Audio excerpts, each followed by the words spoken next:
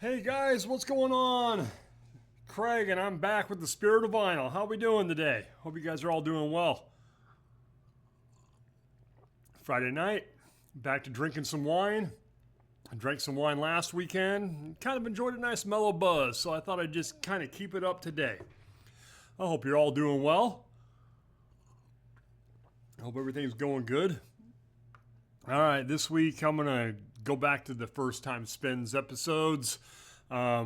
These are records, like I said, stuff that I found. Well, most of them are from the dumpster find, but a couple of these are my buddy Rick. He died I don't know, it's been at least 10, 11 years ago, and there were a couple of records in here that I hadn't listened to that were his. Kind of beat up a little bit, but they sounded okay. So I played some of those today also. I'll mention that when I come. But besides these being first time spins from the dumpster find, they're all greatest hits albums. Everything I listened to all week long, listening to greatest hits. So I enjoyed most of them because these are fairly popular bands. So go ahead and start right now. So here we go. Best of the Doobies, 1978. This is a Terre Haute Columbia House pressing. There's the back of that. And there's your track listing right there. I mean, this is a great record. China Grove, Long Train Running, Taking to the Streets, Listen to Music, Black Water, Rocking Down the Highway, Jesus Is Just Alright, It Keeps You Running, South City, Midnight Lady, Take Me in Your Arms, and Without You. Still had the inner sleeve, which is basically, so this is kind of the best, biggest bargains on a record. The Warner Reprise Lost Leaders. And it's got an order form and stuff on the back. It's on the classic Warner Brothers with the kind of the whitish, tannish label. This was, let's see here, released after their sixth album overall. Like I said, this is an excellent compilation record. It's produced very well. It was Ted Templeman who produced it and put it together. And, the Doobie Brothers are a great band. This album here just proves how great of a band they are. Just awesome vocals, just great harmonies. I got a couple other Doobies over there, and they're okay. But this, with all those hits on it, it's amazing how many hits they had. I mean, you just look at this, and you're just like, okay, I know 90% of these songs right off the bat by title alone. So the only songs I didn't know, let's see, South City, Midnight Lady, and Without You. And every other song, so out of the 1, 2, 3, 6, 11, there's only 2 I didn't know right off the bat. So honestly, if you're not a huge Doobies fan, this is a great record to buy, though, to get you just enough, So, all right, next up, this one was one of my friend Rick's records that I just never, ever played. And I can tell they're Rick's because of the little $3.99 price tag. This is called Celebration Copy, Crosby, Stills, Nash & Young. What this is a radio station promo. Pull this out here. I'm trying something different over here. It's not really working. So, radio station, white label promo right there. And what I was reading on these is they would send these out every so often for radio stations to give away or whatever.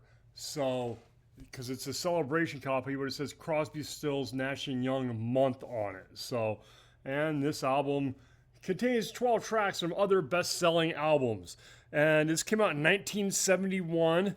And basically, side one is a lot of their solo stuff. So Stephen Stills, Love the One You're With. David Crosby, Music is Love. Graham Nash, Military Madness. Track 4 is Bluebeard Revisited by Stephen Stills. Then Simple Man by Graham Nash and David Crosby, Orleans. Then side 2 is all Crosby, Stills, and Nash, and Crosby, Stills, Nash & Young stuff, like Long Time Gone, Marrakesh Express, Carry On, Woodstock, Teach Your Children, and Ohio. It's kind of beat to shit. as you can tell. Lots of ring wear or whatever, but the record actually sounds really, really good. It played really well. Very few pops and everything else in there. I did like side 2 a lot better than side 1. I love The One You're With and Simple Man are on here. And on side 1, those are both great songs. And then side 2 is just filled with all their classic stuff with all 3 or 4 of them together. And I like side 2 a lot more than I like side 1. But yeah, like I said, I was looking at this on Discogs and this was kind of like given away or whatever. So promotional copy, white label promo, 1971. Pretty good. So that one, like I said, was one of my friend Rick's. And here's the other one that we have. The Worst of Jefferson Airplane, 1970. It is a gatefold. It's got the nipper and all that. And there's your track listing on the other side. And then the back just has that. It had this this type of inner sleeve with the Victor Records thing. It's a repress of what they looked like in 1918. And this is a first press on RCA. And the labels, it says, are like the old 78 Victor Orthophonic. So, yeah. And, yeah, according to this, it's got these labels on it right there. And this is a first press, according to all the numbers on there. It's got a few pops, but it sounded way better than I expected it to sound. Let's talk about the track listing here. It's No Secret, Blues from an Airplane, Somebody to Love, Today, White Rabbit, Embryonic Journey, Martha, The Ballad of You, Me, and Pooneal. And side 2 is Crown of Creation, Chashingaroo, Lather, Plastic Fantastic Lover, Good Shepherd, We Can Be Together, and Volunteers. So like I said, this is from 1970. This is the last album with the classic lineup. It's a pretty cool sight, classic rock record. And yeah, according to this, it's the last of the classic lineup, you know, what's considered the classic lineup of Jefferson Airplane. This was put out in 1970, and I think this was put out because they had to do at least one more for the record label or whatever. Then they reformed, you know, they would taken a break or whatever. But this is really good. It's got some cool stuff on there. And hell, as long as you've got Somebody to Love and White Rabbit, what more can you ask for? Just cool, nice kind of a psych classic rock sound, you know, it's sort of psychedelic and so on. So, all right, the next record I picked up to listen to, this was one of the dumpster finds, Lou Reed, Rock and Roll Diary. This is a Japanese press, obviously, from 1980. Let's see here. There's the back cover, and here's the inside of it. It's got kind of a story of Lou Reed over here. It talks about the Velvet Underground and all that, and it was pretty interesting. I actually read the whole thing. The Obi slides a little, so I was able to read the rest of it. Let's see here. It came with the, of course, it's got the Japanese insert, 4-page insert that opens up with the lyrics and all that. And it is on, it's a double record. It's on Arista. It's got the classic 80s Arista Records label on there. So, what do I got to say about this? Well, it was way better than I thought it was going to be. Honestly, when I first grabbed this, I've been avoiding this. Like I said, I found this one in the dumpster, and I've been avoiding this for 3 years because fucking Lou Reed, you know.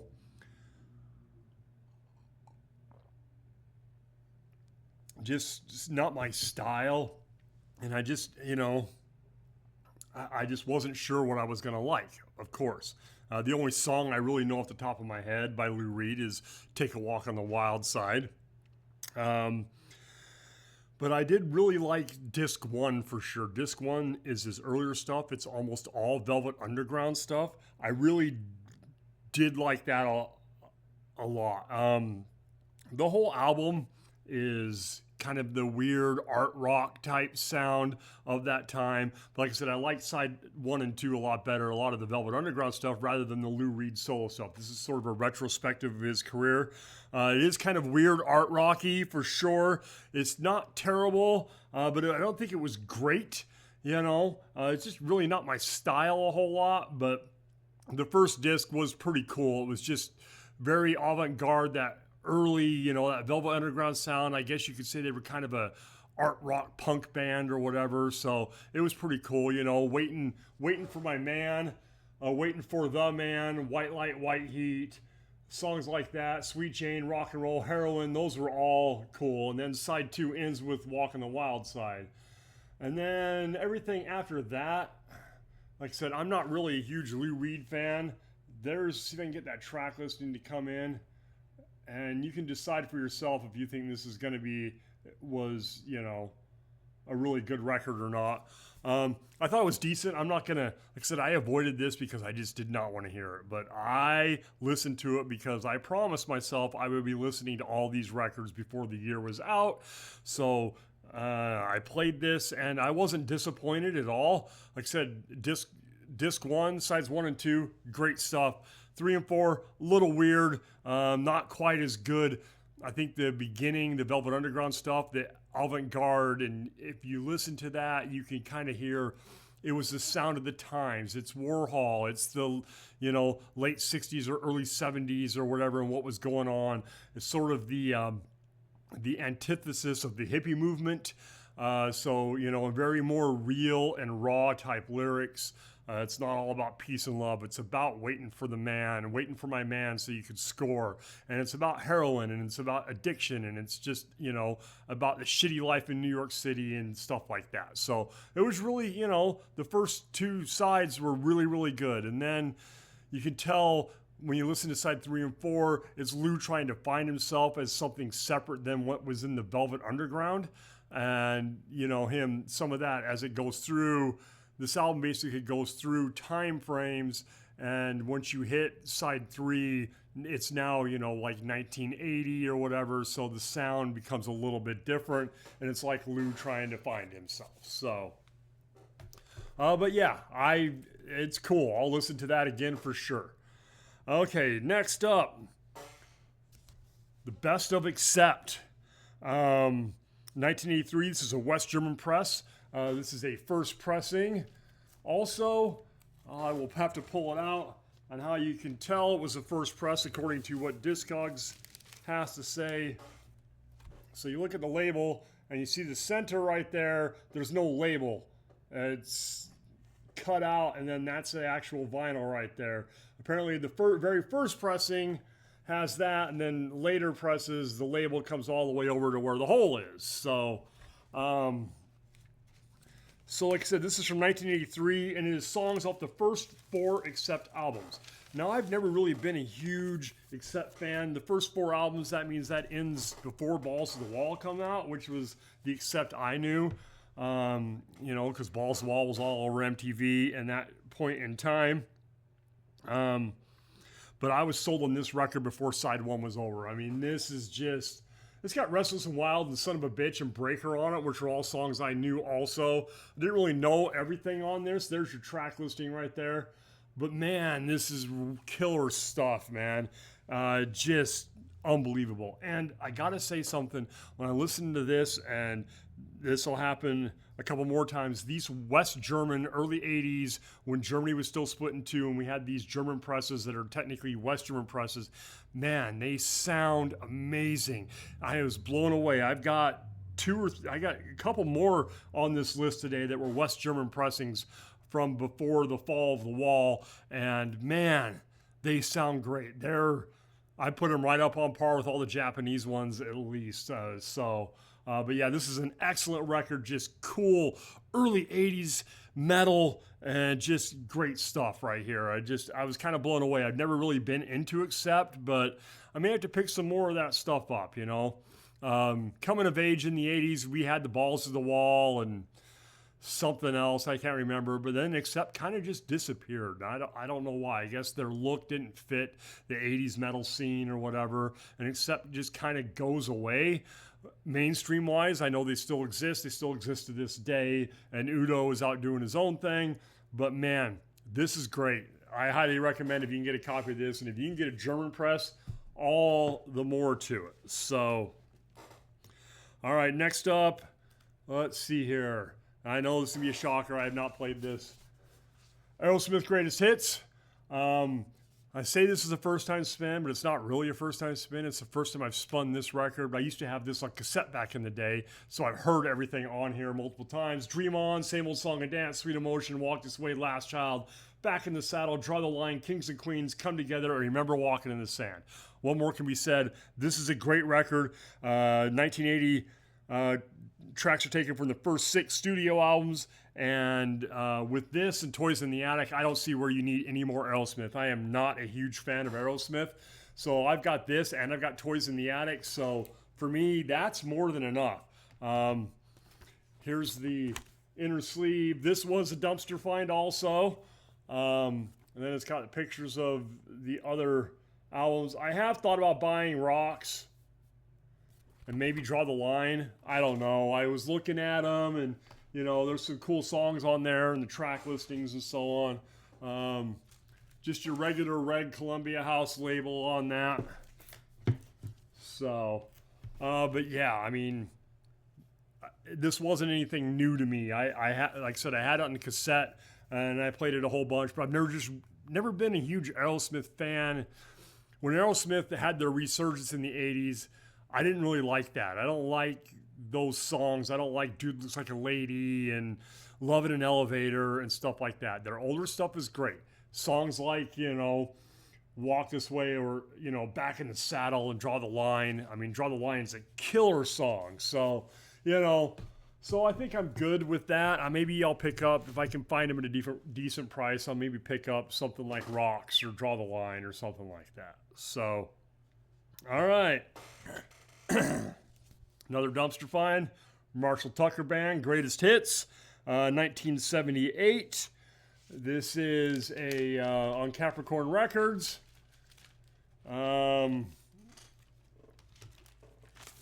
There's that cool Capricorn Records label on there. Heard it in the love song, Searching for a Rainbow, Ramblin', Fire the Mountain, This Old Cowboy, 24 Hours of Time, Long Hard Ride, and Can't See You. This is another West German press, and it sounds amazing. It really is. I really only knew the first 2 songs, Can't See You and Heard It in a Love Song. Those are both hits. Marshall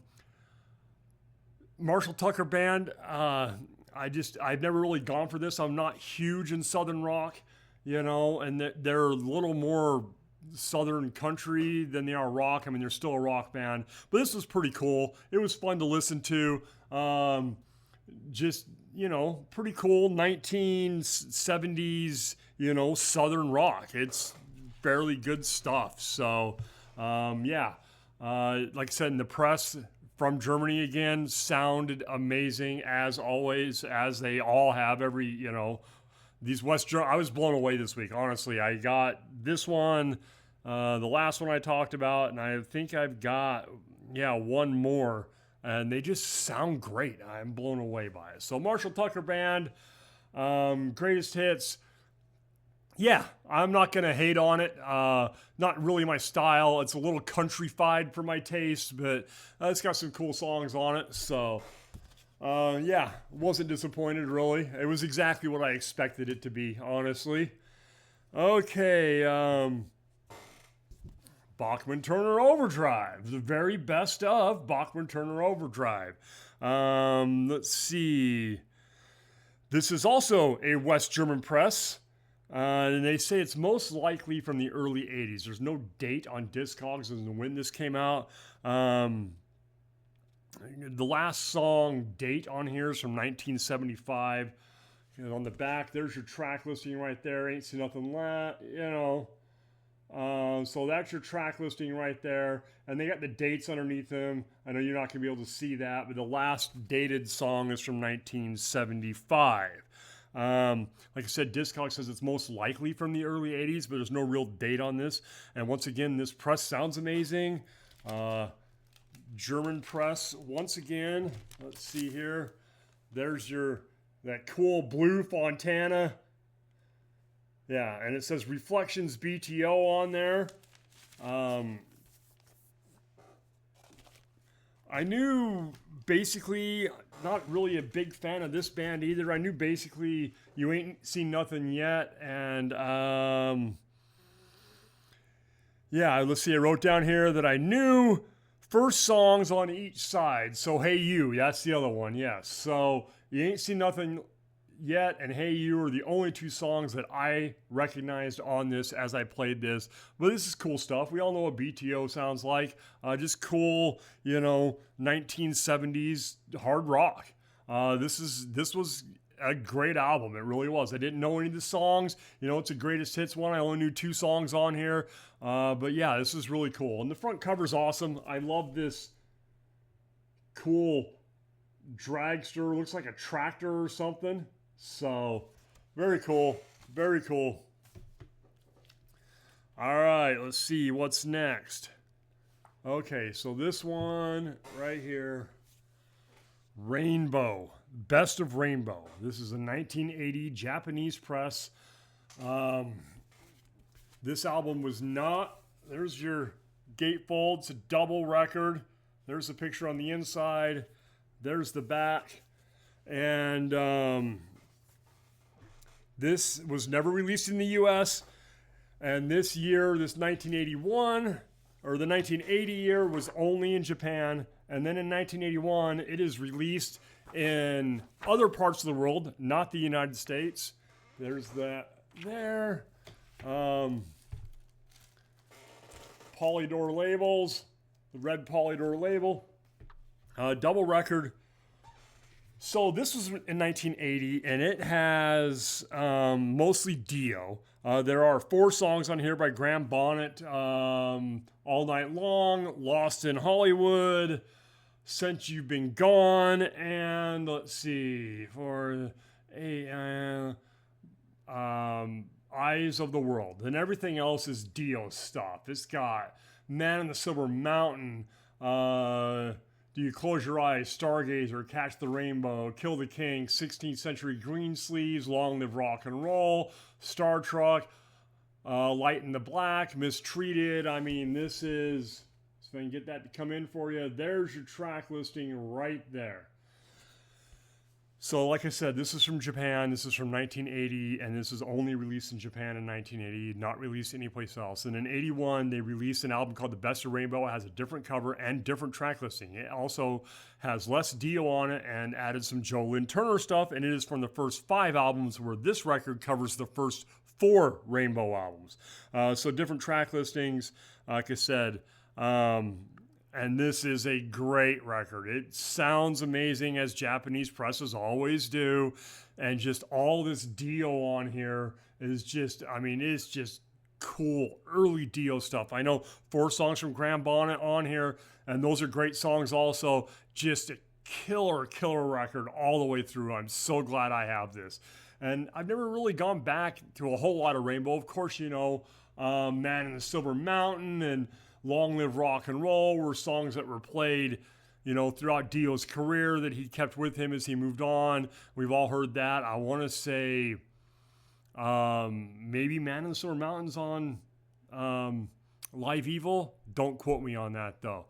But yeah, this is just great stuff, So when it comes to Rainbow, I have this, and I have Ritchie Blackmore's Rainbow, or Ritchie Blackmore's Rainbow, the first album with Dio on it. I don't have the other 2, but most of the songs, also the great songs, were all on this. This is a great record. I thoroughly enjoyed it. Like I said, just in near mint condition, sounds excellent. These Japanese presses always sound good. So, okay, and one more, another German press. Leonard Skinner Gold and Platinum. Gatefold. Cool little cartoon drawing of the band. So, and I'm just going to hold this up. This has everything you could want from Skynyrd. This came out in 1979. This from MCA Records. It is 2 years after the plane crash and before the reformation of Lynyrd Skynyrd. Has this cool hard stock little book with it that's got song lyrics and everything on it.